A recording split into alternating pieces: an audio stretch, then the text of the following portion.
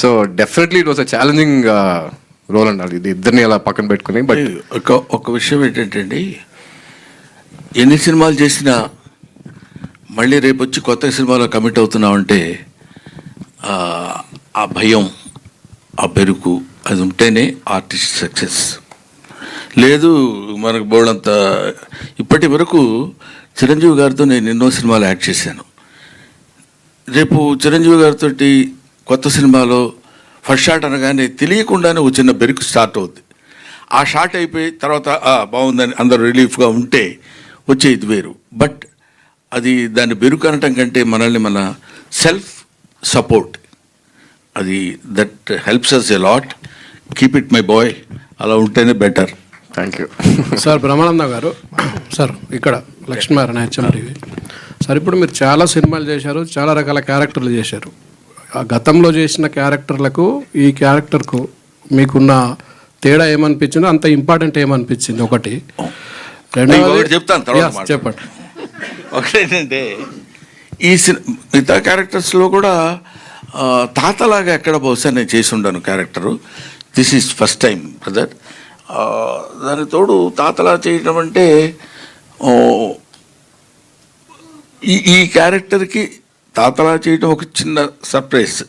కొంచెం టెన్షన్గానే అనిపించింది ఎలా చేయాలనేది. న్యాచురల్గా చేయడం, తాతలు ఎలా చేస్తారో అలా చేస్తే సరిపోదు కదా అనుకునేవాడిని. తర్వాత కొడుకు మనవడయ్యాడు ఇక్కడ.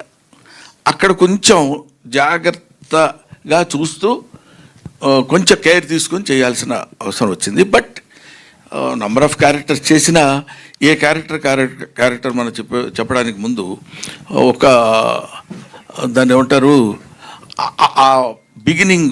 ఇప్పుడు ఎన్ని కిలోమీటర్లు నడవాలన్నా మొదట ఒక అడుగు వేయాలి కదా. ఆ మొట్టమొదటి అడుగులోనే కొంచెం కేర్ ఉంటుంది. ఆ తర్వాత దిస్ ఈజ్ డెఫినెట్గా, ఇంకా నేను చెప్పడానికి నేను గబుక్కని మీరు అడిగితే పుస్తకం జారుతానేమన్నారని భయంగా ఉంది. కొంచెం దాచిపెట్టారు వాళ్ళు, అవన్నీ మనం తర్వాత మాట్లాడుకుందామని. But I felt very happy. తాత అనే క్యారెక్టర్ నేను చేయటం కూడా, వీళ్ళు వచ్చి సరదాగా తాత తాత అని మాట్లాడుతున్నప్పుడు కూడా, తాత అనే పదం చాలా అద్భుతమైన పదం అండి. చాలామంది ఏదో తాత అనిపించుకోవడానికి సిగ్గుపడటానికో లేకపోతే బాధపడటానికో ట్రై చేస్తారు, కానీ తాత it's a greatest fullness of the man. ఒక మనిషి ఒక పరిపూర్ణత్వం వచ్చితే కానీ తాత అన్నాడు.